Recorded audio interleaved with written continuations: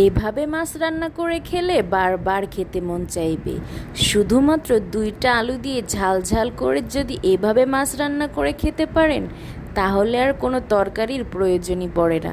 চলেন আজকে শেয়ার করি আপনাদের সাথে একটা রান্নার রেসিপি। তো বন্ধুরা, আজকে আমি রান্না করব আলু দিয়ে মাছ দিয়ে ভুনা, মানে শুকনো শুকনো করে, কোনো রকম বেশি ঝোল থাকবে না, মাখা মাখা করে, একটু বেশি ঝাল ঝাল করে। তো প্রথমে আমি মাছগুলোকে ভালো করে ভেজে নিয়েছি। মাছগুলো ভাজা হলে তারপর আমি পেঁয়াজ মরিচগুলো তেলে ভেজে নিব। পেঁয়াজ মরিচ ভাজা হলে তার মধ্যে আমি হলুদ, লবণ, মরিচ, আদা রসুন বাটা, জিরার গুঁড়ো সব কিছু দিয়ে দিব। দিয়ে মশলাটাকে ভালো করে কষিয়ে নিব। কষানো হলে ওই মশলাটার মধ্যে আমি আলুগুলো দিয়ে দিব। আলুগুলো দেওয়া হলে সে আলুগুলোকে ভালো করে কষাবো। কষানো হলে তারপর পরিমাণ মতো একটু পানি দিব। পানি দিয়ে তারপরে ভেজে রাখা মাছগুলো দিয়ে দিব।